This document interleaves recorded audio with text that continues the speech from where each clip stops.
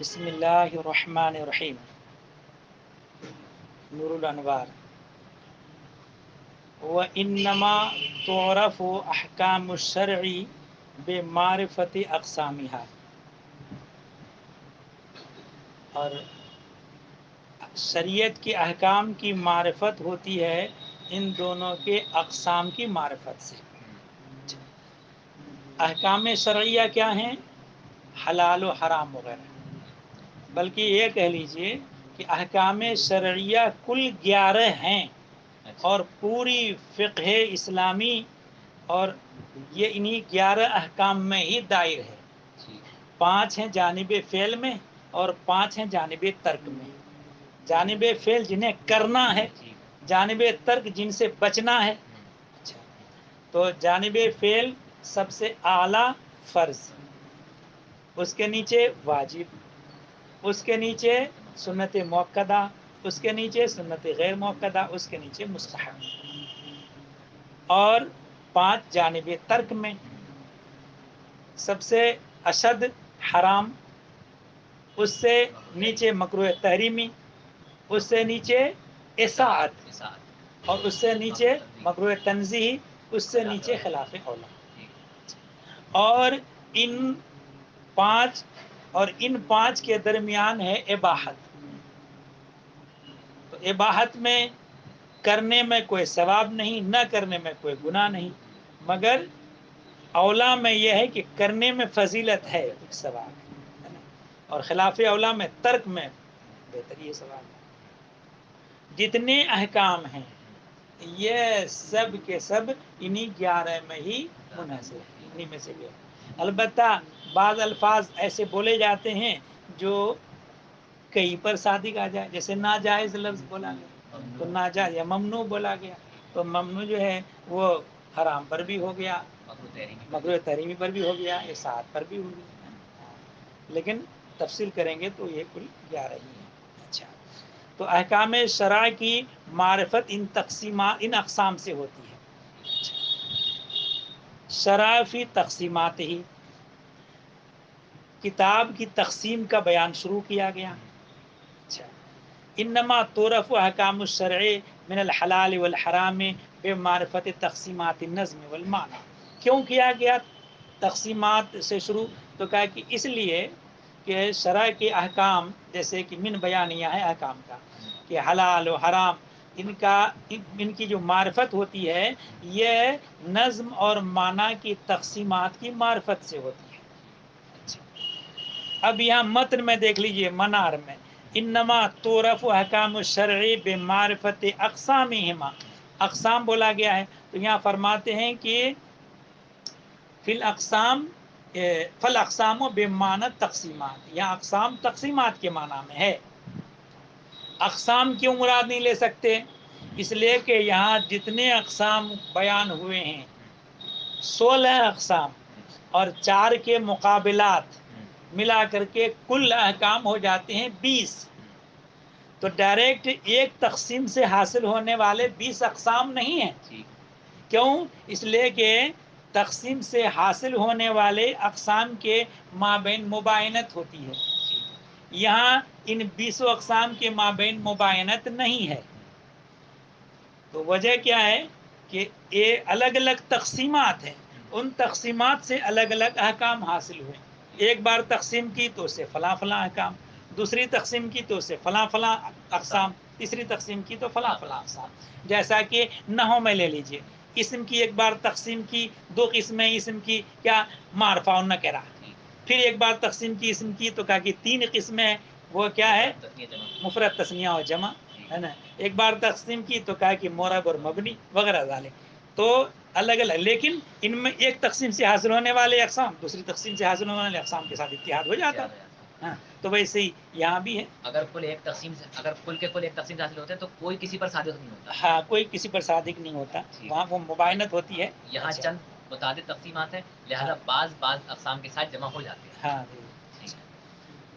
تو فرمائے کہ اقسام تقسیمات کے معنی میں ہیں، اس لیے کہ اس جگہ متعدد تقسیمات ہیں اور ہر تقسیم کے تحت کچھ اقسام ہیں.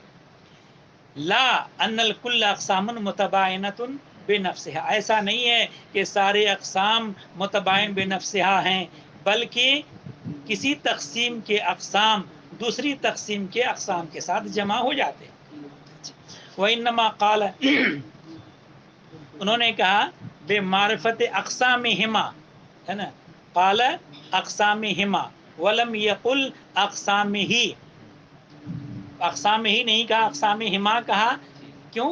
تنبیہاً علی ان منشا تقسیم ہوا النظم والمعنی جميعا، اس بات پر تنبیہ کرنے کے لیے کہ تقسیم کا منشا نظم اور معنی دونوں ہے، تقسیم جو جاری ہے نظم اور معنی دونوں پر۔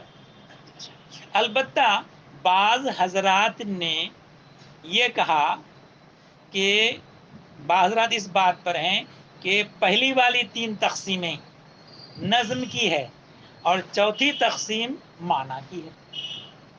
بعض حضرات نے یہ کہا، بعض حضرات اس بات پر ہیں، اس موقف پر ہیں کہ دلالت اور اقتضاء، دلالت سے مراد دلالت النص اور اقتضاء النص، یہ تو معنی ہیں کہ ہیں، اور جو باقی ہیں وہ سب نظم کے ہیں۔ لیکن ایسا یہ ہے کہ ہر قسم میں رعایت کی گئی ہے نظم کی اس کے ساتھ کہ وہ دلالت کرے معنی پر، نظم معنی پر دال ہونے کی حیثیت سے تقسیم کی گئی ہے۔ مقسم جو ہے وہ نظم من حیث دلاتی حال المعنی، یہ ہے، ٹھیک ہے، اچھا کہاں گئے؟ وذالک اربعۃ، اور وہ 4 ہیں، 4 تقسیمات، المذکور فیما قبل، جو کہ ما سبق ما قبل میں مذکور ہے، وہ تقسیمات، اور وہ کیا ہے؟ تقسیمات، وہ کیا ہے؟ 4 ہیں تقسیمات، تحت کل تقسیم منہا اقسام عدیدۃ، اور ہر تقسیم کے تحت چند اقسام مندرج ہیں، کما سیاتی، جیسا کہ عنقریب آگے آ رہا ہے۔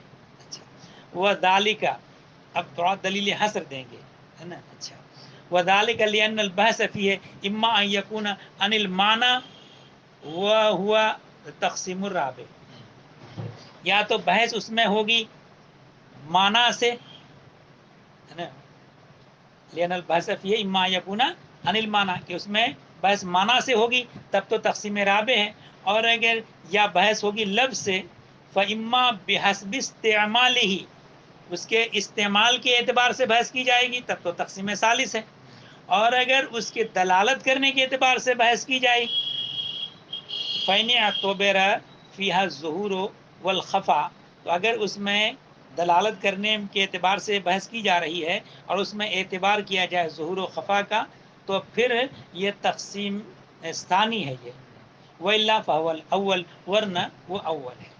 یہاں بتائے کہ یہاں جو خفا کا ذکر آیا ہے یہ مسامحتاً آ گیا ہے، اس لیے کہ اس تقسیم میں خفا کا اعتبار نہیں کیا گیا، اعتبار ظہور کا کیا گیا، البتہ اس تقسیم سے حاصل ہونے والے اقسام میں آپس میں مباینت نہیں ہے، کیونکہ ہر ادنا اپنے اعلیٰ کے ساتھ موجود ہے، اس کے تحت مندرج ہو جاتا ہے، تو اس لیے تقابل کے لیے چونکہ طرق الاشیاء بازداد ہے تو ان کے مقابلات کو ذکر کیا گیا ہے وہاں الگ سے، تو وہاں 4 قسمیں جو حاصل ہوئی وہ خفا کے اعتبار سے حاصل ہوئی ہیں۔ اچھا چلیے، والاول فی وجوہ النظم صیغۃ و لغۃ، پہلی تقسیم ہے نظم کے وجوہ میں، وجوہ سے مراد یہ انواع، نظم کے انواع میں صیغہ اور لغت کے اعتبار سے۔ صیغہ کسے کہتے ہیں؟ صیغہ کہتے ہیں مادے کو جو حرکات و سکنات عارض ہونے سے جو حیت بنتی ہے اس حیت کا نام ہے صیغہ۔ اچھا، اور لغت کیا چیز ہے؟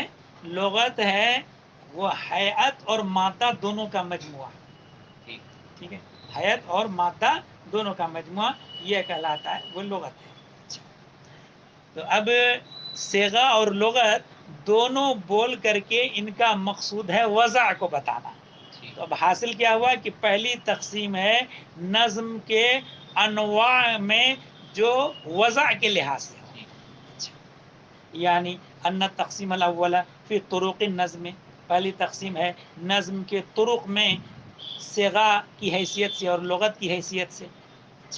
طرق کیا چیز ہے؟ تو کہا کہ ہی الانواع والاصناف۔ اچھا، صیغہ کیا چیز ہے؟ تو کہا کہ ہی الہیئت۔ لغت کیا چیز ہے؟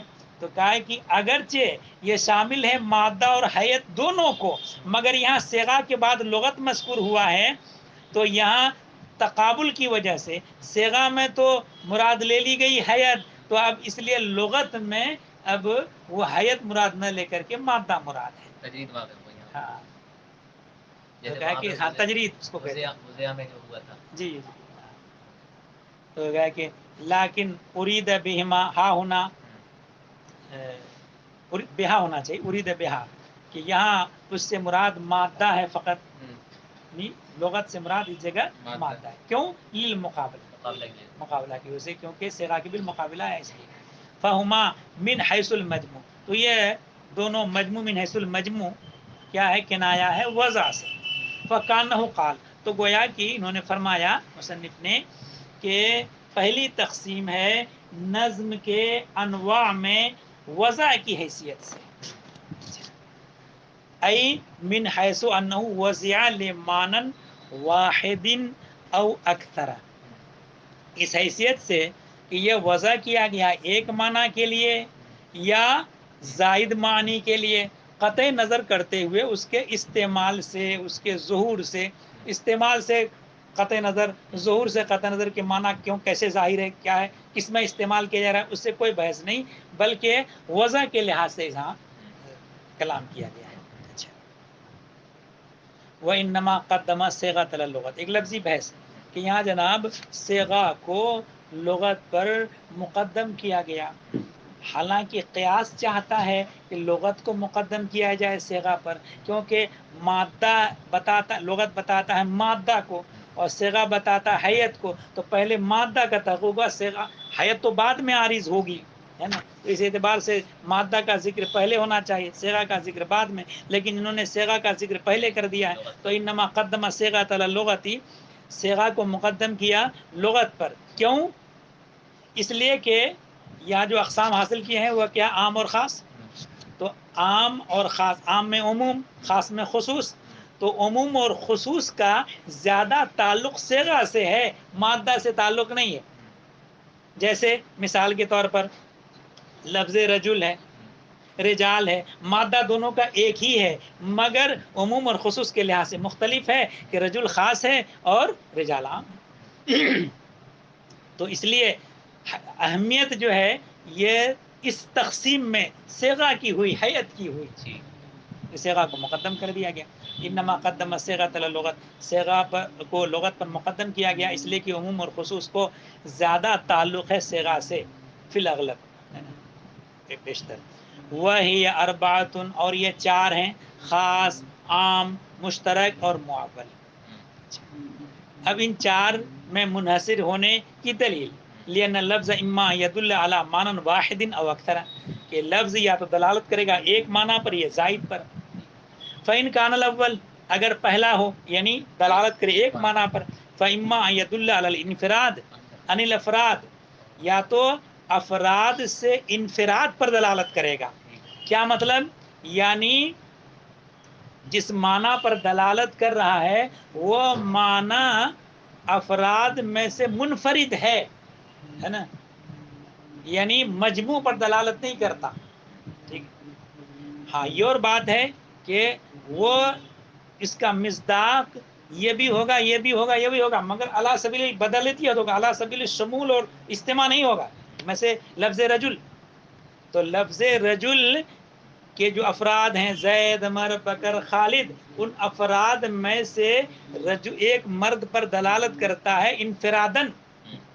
ہاں، یہ اور بات ہے کہ علی سبیل البدلیت زید پر بھی، علی سبیل عمر پر بھی، بکر پر بھی اور خالد پر بھی، لیکن من حیث الشمول اور من حیث الاجتماع ان پر کوئی دلالت نہیں کرتا۔ رجل بول کے ان تمام رجال کا گروہ مراد نہیں لیا جائے گا، ہے نا۔ ہاں، فهو الخاص، تو خاص ہے۔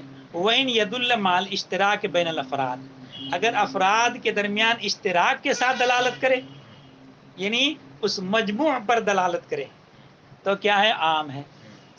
وَإِنْ كَانَ ثَانِي، اگر دوسرا ہو، دوسرا کیا چیز ہے؟ اکثر کی موضوع ہے، ہاں، اکثر پر دلالت کرے، ہے نا۔ وَإِمَّا أَن يَتَرَجَّحَ أَحَدُ مَعَانِيهِ بِالتَّعْوِيلِ، تو اگر اس کے چند معانی میں سے کوئی ایک معنی راجع ہو جائے تعویل کے ذریعے سے فہو المعول، تب تو معول ہے. وَإِلَّا، اور اگر کوئی معنی کی ترجیح نہ ہو قرائن سے یا قواعد سے، تو اس صورت میں وہ مشترک ہے. فالمعول فی الحقیقت انما ہوا من اقسام المشترک. معول جو ہے یہ در حقیقت مشترک ہی کی اقسام سے ہے، مگر فرق اتنا ہے کہ مشترک کے اقسام سے ہونے کے بعد جب تعویل عارض ہو گئی تو تعویل کے عارض ہو جانے کے بعد اب معول ہو گیا وہ. تو کہا کہ انما ہوا من اقسام المشترکی دل صیغتاً و لغتاً، جو کہ دلالت کرتا ہے صیغت اور لغہ کے اعتبار سے، یعنی وضع کے اعتبار سے. وَإِنْ كَانَ مفعول فعل التعویل، اگرچہ یہ اس تعویل فعل تعویل کا مفعول ہے جو کہ مجتہد کی شان ہے. یعنی وہ تو کام مجتہد کا ہے کہ یہ تعویل کر کے نکالے گا کہ یہ کیا ہے، کون سے قرینے سے یہ معول ہے. لیکن مجتہد نے جب تک تعویل نہیں کی ہے تو پھر اقسام کل 3 ہی ہے، وہاں چوتھی قسم ہے ہی نہیں. تو ہاں تو پھر یہ جو ہے مطلب یہ ہے کہ من حیث البذا کا ہوں یہ قسم، یہ قسم من حیث البذا کا ہوں جب یہ کہ مجتہد کی ایسا شان ہے.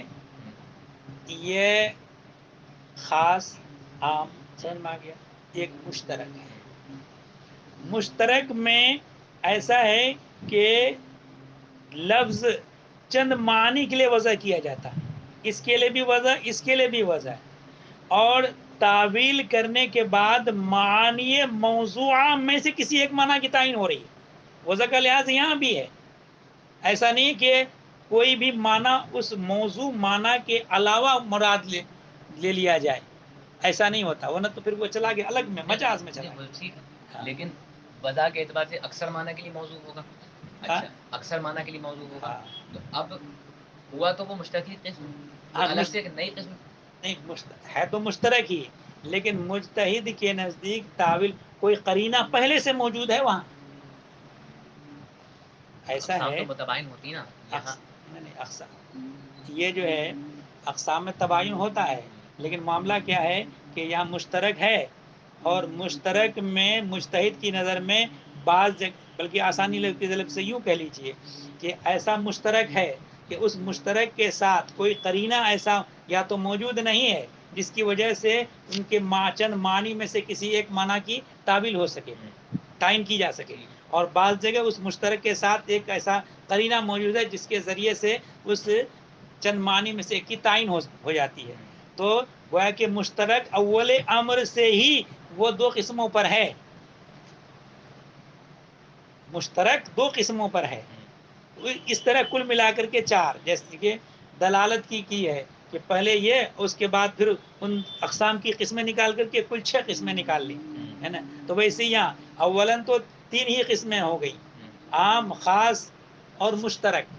مگر مشترک کی پھر 2 قسمیں ہو جاتی ہیں، تو اس اعتبار سے کل 4 قسمیں ہو رہی ہیں.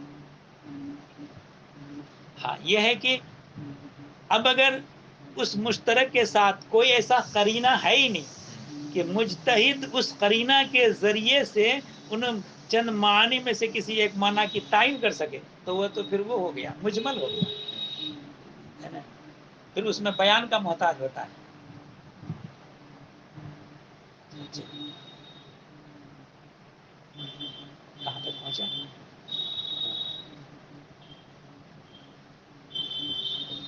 وَإِنْ كَانَ، اگرچہ یہ فعل تعویل کا، اس فعل تعویل کا مفعول ہے جو کہ مجتہد کی شان ہے.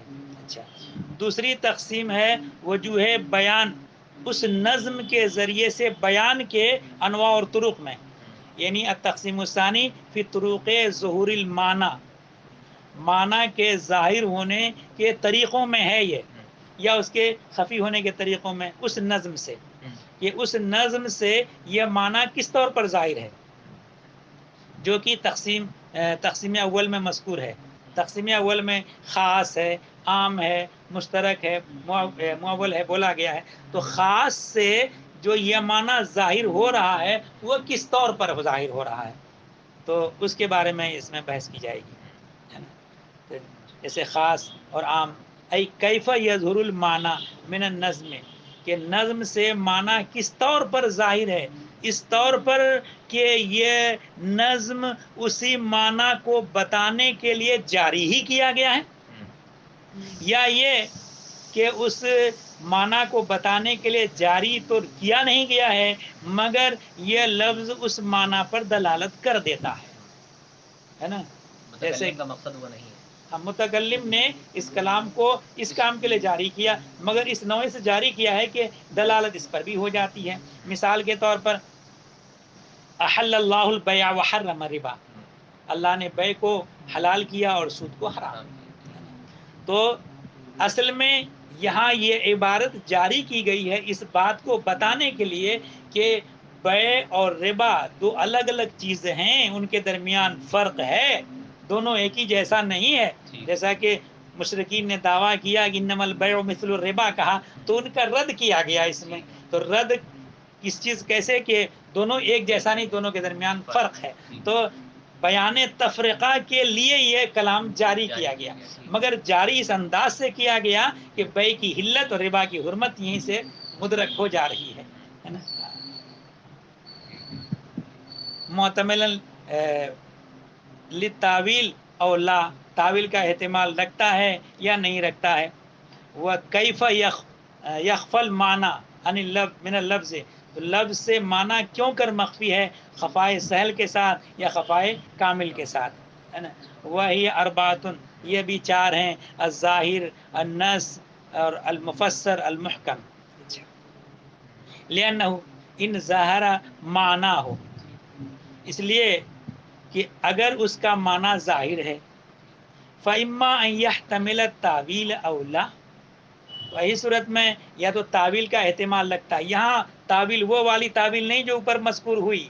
تعویل کا مطلب یہ ہے کہ جس معنی پر لفظ ظاہر ہے دلالت کرنے میں، اس معنی سے پھیرنے پر کیا احتمال لگتا ہے کہ نہیں. یہاں تعویل دوسری والی تعویل ہے تو کہا کہ تعویل کا احتمال رکھتا ہے یا نہیں رکھتا ہے.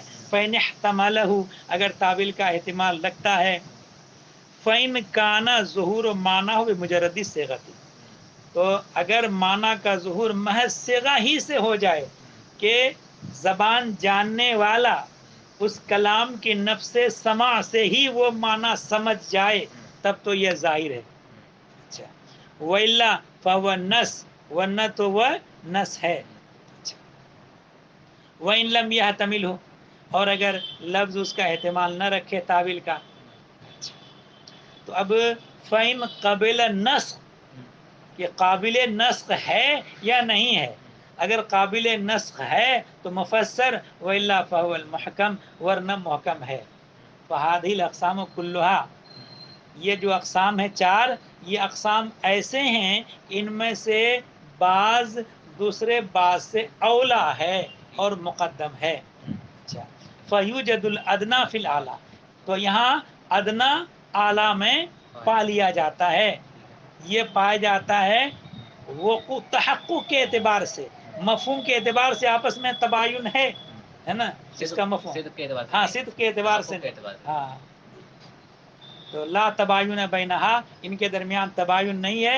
اچھا، انما تباین بحسب الاعتبار، تباین کے درمیان اعتباری ہے، برخلاف خاص کے جو عام کے ساتھ ہے اور مشترک کے ساتھ. صدق بھی ہو جاتا ہے، ہاں صدق بھی ہو جاتا ہے افراد پر ایک دوسرے، ہاں افراد بس ہوا تھا، یعنی مفہوم کے اعتبار سے تباین رہے گا. تو برخلاف خاص کے جو عام کے اور مشترک کے ساتھ ہے، تو اس لیے کہ خاص اور عام ان دونوں کے درمیان مباینت ظاہر ہے، ایسے ہی خاص کی مشترک کے ساتھ مباینت ظاہر ہے. فَإِنَّهَا مُتَقَابِلَةٌ بِنَفْسِهَا، یہ آپس میں بذات ہی متقابل ہیں، کوئی کسی کے افراد پر صادق. ہاں.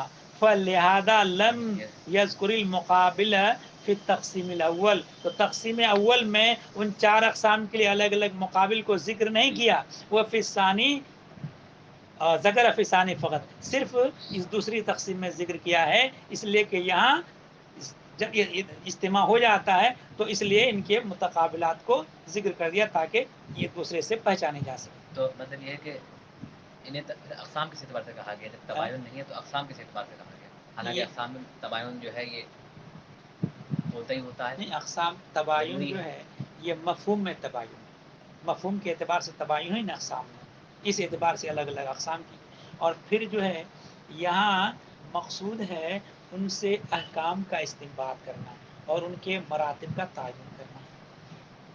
مثال کے طور پر دو الگ الگ نس ہے، یہاں نس کس معنی کر لیں گے؟ ہاں ٹھیک ہے، نس مطلب شرعی ہو، ہاں، تو قرآن یا اب حدیث ہے۔ ایک ہے محکم، ایک ہے مفصل، مثلا ان دونوں میں تعارض ہو جائے تو اب ایسی صورت میں حالانکہ جو مفسر ہے محکم میں موجود ہے، محکم اور مفسر میں نہیں موجود ہے، تو ایسی صورت میں کیا ہوگا کہ لیا جائے گا کس کو؟ محکم کو، اور ایسے ہی مفسر میں اور نص میں تعارض ہو جائے تو ان میں اگرچہ یہ ایک دوسرے میں اس کے اعتبار سے پایا جاتا ہے کہ یہ اس کے مقابلے میں ادنا ہے، تو ہر ادنا اعلیٰ میں موجود ہوتا ہے، لیکن مفہوم کے اعتبار سے دونوں ایک دوسرے کے مقابل ہیں۔ یہ تو ایسی ہوگا انسان اور حیوان، ہاں، انسان حیوان میں موجود ہے، اور حیوان انسان میں مطلب یہ ہے کہ اس کے افراد نہیں بلکہ انسان میں حیوان ہے، یہی تو ہے طریقہ، جس طرح سے یہ ہے کہ بھائی دوسرا وہ عموم کا ہو گیا، چلیے ٹھیک ہے، وہ تو اصل کلی اس کے افراد ہو گئے۔ ہاں، اصل تو میں اقسام میں کس طرح کا تباین چاہیے، کیا چیز؟ کس قسم کا کہ بھائی ایک دوسرے پر بالکل صادق ہی نہ ہو افراد پر، یہاں صادق ہو رہا ہے۔ یہاں اگر یہ چاہیے ہوتا تو یہ تقسیم کر، ان کا اصل میں دیکھیے ان تقسیمات سے ان کا مقصد ہے احکام کی تفصیل ہے نا، تو احکام کی تفصیل میں اب ان کو مثلا اور ایک دوسرے کے ساتھ متقابل ہونے کی صورت میں درجہ کی تعین، تو یہ اصل مقصود ہے، تو یہاں جو ہے ظاہر نص میں پا لیا جاتا ہے، لیکن اگر بعض الفاظ کا اگر اعتبار کر لیں گے تو پھر اس صورت میں مفہوم ایک دوسرے کے متباین ہو جائے گا، مفہوم ایک دوسرے کے متباین ہیں۔ ہاں، البتہ یہ ہے کہ وہ جو افراد ہیں، افراد ان کے ساتھ جمع ہو جاتا ہے۔ کچھ تو بات ہے، تبھی انہوں نے اس کے مقابلات بھی ذکر کرے ہاں، اسی کہ بھائی کچھ بات تو ہے، یعنی یہ اقسام کہہ دیا گیا ہے لیکن اس میں کچھ تو مطلب ہے بات، ورنہ یہ ہے کہ پھر اس کے لیے تو نہیں کرے خاص عام مشترک مقابل ہاں، اور وہاں اس تو کے چونکہ آپس میں لیے مقابلات ذکر کرے۔ ان کی نظر میں یہ بات پہلے سے ہے نا کہ یہاں ہر اعلیٰ میں ادنا موجود ہے، تقابل ہو نہیں رہا ہے افراد کے اعتبار سے، تو اب اس لیے ان کے مقابل کو ذکر کرنا پڑا۔ ایک منٹ